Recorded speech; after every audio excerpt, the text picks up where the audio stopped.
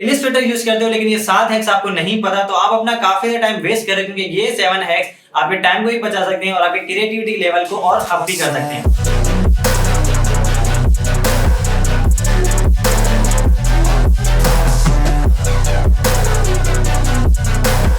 अस्सलाम वालेकुम दोस्तों, मेरा नाम है Ghulam Qadir and welcome back to Qadis graphic YouTube channel. तो दोस्तों, स्क्रीन पे चलने से पहले मैं आपको एक चीज मेक श्योर करता चलूं कि आज की वीडियो में हम जस्ट 7 ऐसे फीचर्स देखने वाले हैं जो ज्यादातर लोगों को नहीं पता होते, क्योंकि दोस्तों जब आप काफी ज्यादा टाइम स्पेंड करते हैं, ईयर्स ऑफ एक्सपीरियंस आप लगाते हैं इलिस्ट्रेटर में, तो जाके आपको ऐसे से पता लगता है। बट ये 7 एक्स मैं आपको आज की वीडियो में बताने वाला हूं।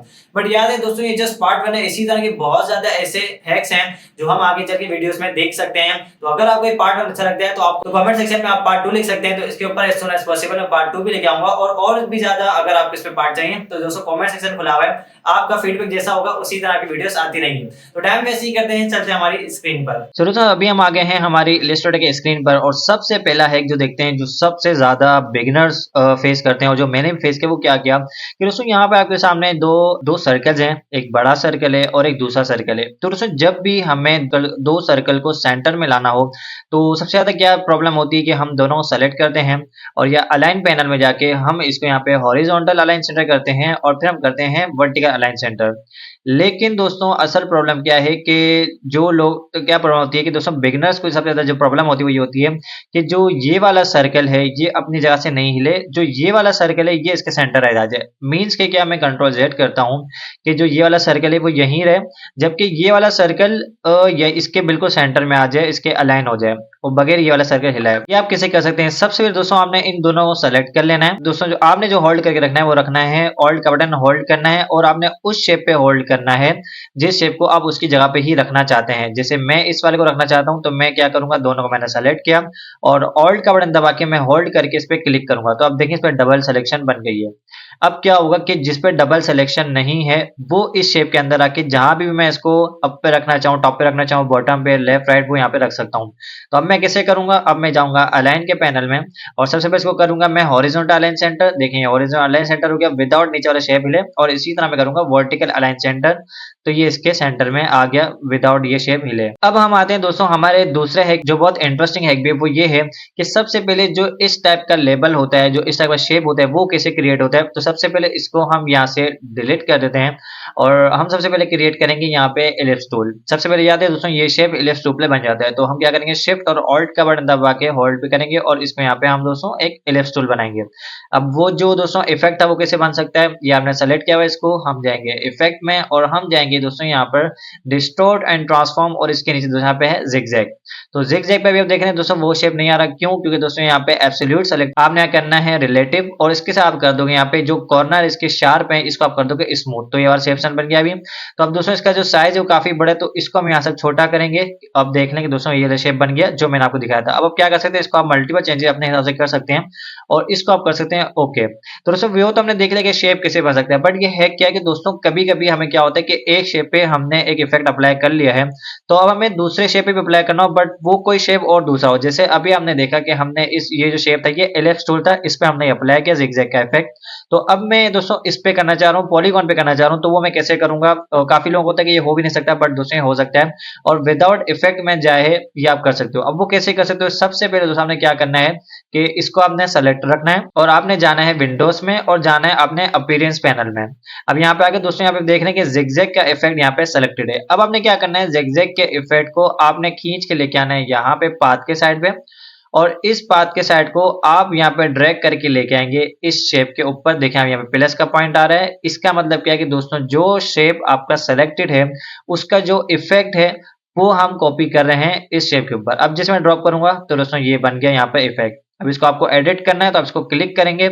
इसी तरह अपीयरेंस के पैनल में यहाँ पे जिगजैग आ रहा है, आप जब भी कोई इफेक्ट लगाने के बाद उसको एडिट करना चाहें तो अपीयरेंस के पैनल हमेशा यहाँ पे उसकी हिस्ट्री रहती है। तो अब मैं इसको एडिट करना चाह रहा हूँ तो मैं जिगजैग पे सेलेक्ट करूंगा और यहाँ से इसको मैं बढ़ाना चाहूँ, कम करना चाहूँ, इसको मैं एब्सोल्यूट करना चाहूँ, रिलेटिव, कॉर्नर, ये सब आप यहाँ से कर सकते हैं। तो दोस्तों जो तीसरा है कि वो भी बहुत इंटरेस्टिंग है, क्योंकि इसमें हम एक इफेक्ट बनाना सीखेंगे जो होगा स्ट्रोक से। तो वो कहाँ से होगा दोस्तों, सबसे पहले यहाँ पे आपके पास आ रही है लाइन सेगमेंट टूल और यहाँ पे दोस्तों आपके पास आ रहा है स्पाइरल टूल। अब इसको हम सेलेक्ट करेंगे और यहाँ से दोस्तों हम एक स्पाइरल टूल बनाएंगे। इसको हम जस्ट ड्रॉप, हमको जब खींचते जाना है और आप जिस इसको साइड बनाना चाह रहे हैं आप इसको कर सकते हैं और बना के आप यहाँ पे ड्रॉप कर सकते हैं। अब इसको हमने क्यों बनाया दोस्तों, यहाँ पे हम एक बहुत ही इंटरेस्टिंग इफेक्ट बनाने वाले हैं। वो क्या है दोस्तों, अब यहाँ पे हमने देख लिया। अब दोस्तों यहाँ पे मैं इसके स्ट्रोक बढ़ाना चाह रहा हूँ, तो अभी आप देख रहे हैं इसका स्ट्रोक 1 पॉइंट है। अब मैं यहाँ पे अगर इसको 100 करता हूँ तो आप देख रहे हैं दोस्तों ये कितना अजीब इफेक्ट लग रहा है।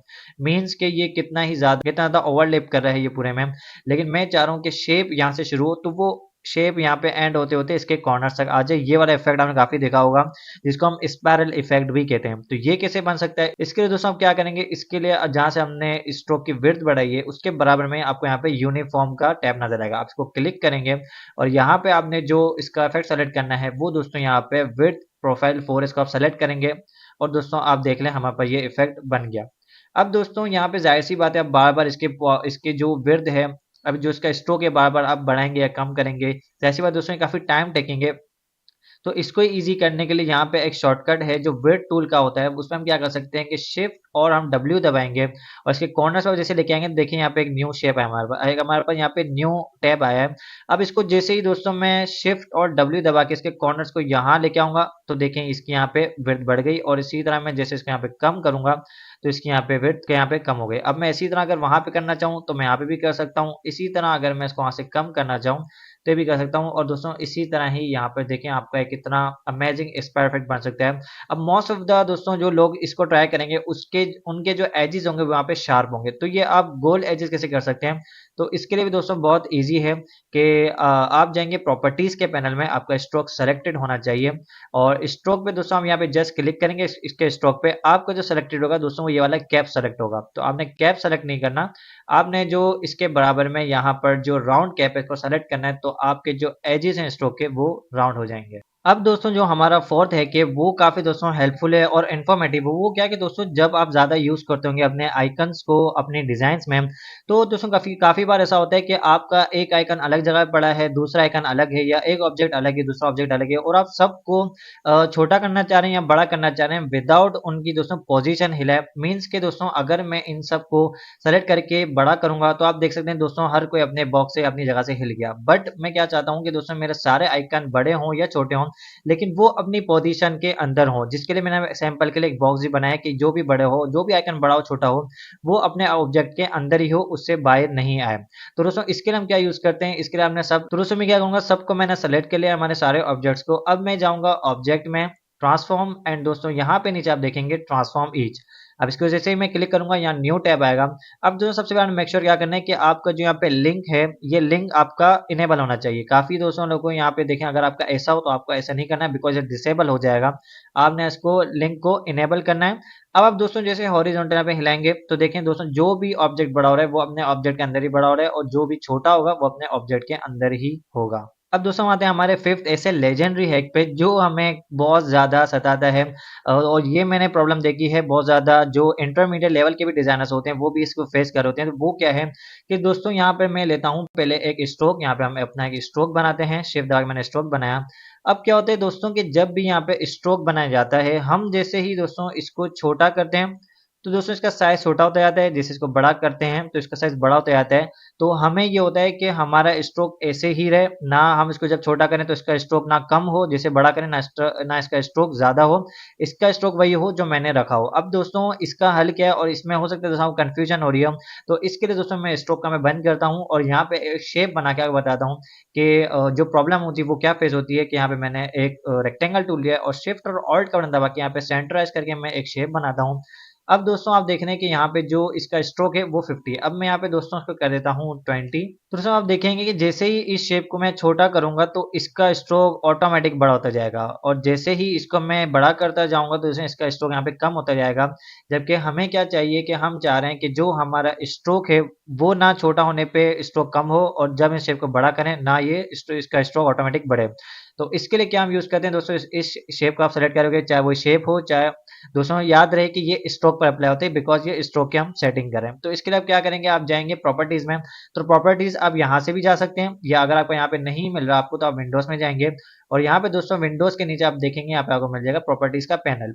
अब आप क्या करेंगे दोस्तों, ये आपको ट्रांसफॉर्म का यहाँ पे जो बार नजर आ रहा है, यहाँ पे 3 डॉट्स पे हम क्लिक करेंगे। मेक श्योर करना है कि आपका दोस्तों ये जो स्ट्रोक है वो सिलेक्टेड होना चाहिए, और आप क्या करेंगे यहाँ पे scale corners and scale strokes and effects को आप सेलेक्टेड रखेंगे। अब आपने दोनों सेलेक्ट कर लिया। अब हम दोस्तों जैसे ही इसको यहाँ पे छोटा करेंगे तो आप देखेंगे ये स्ट्रोक वही रह रहा है, और जैसे इसको हम बड़ा करेंगे स्ट्रोक अगेन वही रहेगा, ना ये कम होगा ना ये ज़्यादा होगा। अब मैं अगर इसकी कॉपी भी कर दूँ कंट्रोल सी और कंट्रोल एफ करके, और मैं इसके अंदर भी कोई इसकी कॉपी बना लूँ, तो आप देख लेंगे स्ट्रोक वही रहेगा, ना ये छोटा होगा ना बढ़ेगा। तो ये एक ऐसा लेजेंडरी है कि जो बिगनर हो, इंटरमीडिएट, काफ़ी प्रो डिजाइनर्स में भी ये काफ़ी वो कंफ्यूज होते हैं कैसे कर सकते हैं।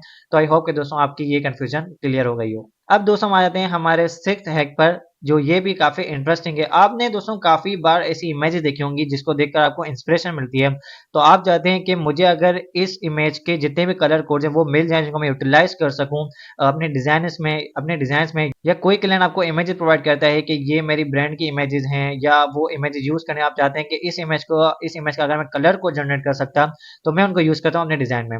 तो दोस्तों यहाँ पर एक मैंने फॉर एग्जांपल एक इमेज ली हुई है, तो इमेज जब भी आप इलस्ट्रेटर बनाएं, आपने याद रखना है कि इसको आपने एम्ड ज़रूर करना है। इसको हमने एम्ड कर दिया, और इसकी हम कॉपी ले लेते हैं। ऑल्ट का बटन दबा के हम इसको यहाँ पे लेके आते हैं। इसकी हमने यहाँ पे कॉपी ले ली, जिसका अभी हम इस इमेज का कलर कोड जनरेट करेंगे। अब दोस्तों इस इमेज को हमने सेलेक्ट रखा हुआ है, जिसका हमें कलर कोड जनरेट रखना है, और हम जाएंगे ऑब्जेक्ट में, और यहाँ पे आपको नजर आएगा क्रिएट ऑब्जेक्ट मोजाइक। अब जैसे मैं क्लिक करूंगा तो दोस्तों ये आपसे कुछ डिटेल्स मांगेगा कि आपको जो टाइल की स्पेसिंग है वो कितनी चाहिए, और ये कि आपको जो टाइल्स के कलर्स हैं वो कितने चाहिए, चाहे विड्थ में हो चाहे हाइट में आप कर सकते हैं। जैसे मैंने यहाँ पे 10 रखा हुआ है, आप 15 भी कर सकते हैं, यानी जितनी डिटेल्स में आपको कलर चाहिए आप वो कर सकते हैं। और जैसे आपने कर दिया, मेक श्योर करना है कि आपके यहाँ पे विड्थ और कलर होने चाहिए, हाइट और ग्रे नहीं करना। ग्रे से क्या हो दोस्तों, आपके कलर्स आएंगे ही नहीं। तो अब मैंने 15 कर दिया और यहाँ पे जस्ट ओके कर दिया। दोस्तों आपके सामने पूरी इमेज के कलर जनरेट होकर आ गए। आपको कोई भी क्लाइंट अगर आपकी अपनी इमेज दे रहा है जिसके कलर कोड्स आपने जनरेट करने, तो आप इजिली इस तरीके से वो कर सकते हैं। नाउ दोस्तों अब हम आ जाते हैं हमारे लास्ट बट द लीस्ट, हमारा जो लेजेंडरी है कि वो ये है कि इलस्ट्रेटर यूज करते हुए कभी ना कभी दोस्तों आपका पर्सपेक्टिव ग्रिड वाला टूल जरूर खुला होगा, लेकिन दोस्तों इसको बंद करने में हमेशा प्रॉब्लम आती है। इसको बंद कैसे करें, हम हमेशा इसकी कैंसिल पे कोशिश करते कर्सर करते रहते हैं, बट हमें मिलता नहीं है। तो दोस्तों इसका जो वन ऑफ द मोस्ट है कि और जो की है वो ये है कि आपको दोस्तों यहाँ पे वो बटन मिले नहीं मिले, जैसे जाहिर सी बात है जब आप एक्सपीरियंस करते हैं तो आपको पता लग जाएगा है। दोस्तों यहाँ पर आप जैसे कि क्रॉस के करीब जाएंगे तो आपको यहाँ पे आइकन मिल जाएगा, but most of the beginner designers and intermediate designers को ये चीज पता ही नहीं होती। तो इनके लिए दोस्तों एक बेस्ट है कि आप क्या कर सकते हैं, आपने कीबोर्ड से एस्केप दबाएंगे, दैट्स क्लोज। आई होप कि दोस्तों आज की वीडियो आप लोगों के लिए हेल्पफुल होगी। अगर हेल्पफुल रही तो इसी तरह के कंटेंट के लिए आप मुझे सब्सक्राइब भी कर सकते हैं, और कमेंट सेक्शन में बता सकते हैं कि आपको ये पार्ट 1 कैसा लगा, और अगर आप चाहते हैं पार्ट 2 इसी तरह ही आए तो कमेंट सेक्शन आप लोगों के लिए ही खुला हुआ है। तो मिलते हैं सर नेक्स्ट वीडियो में, तब तक के लिए अल्लाह हाफिज।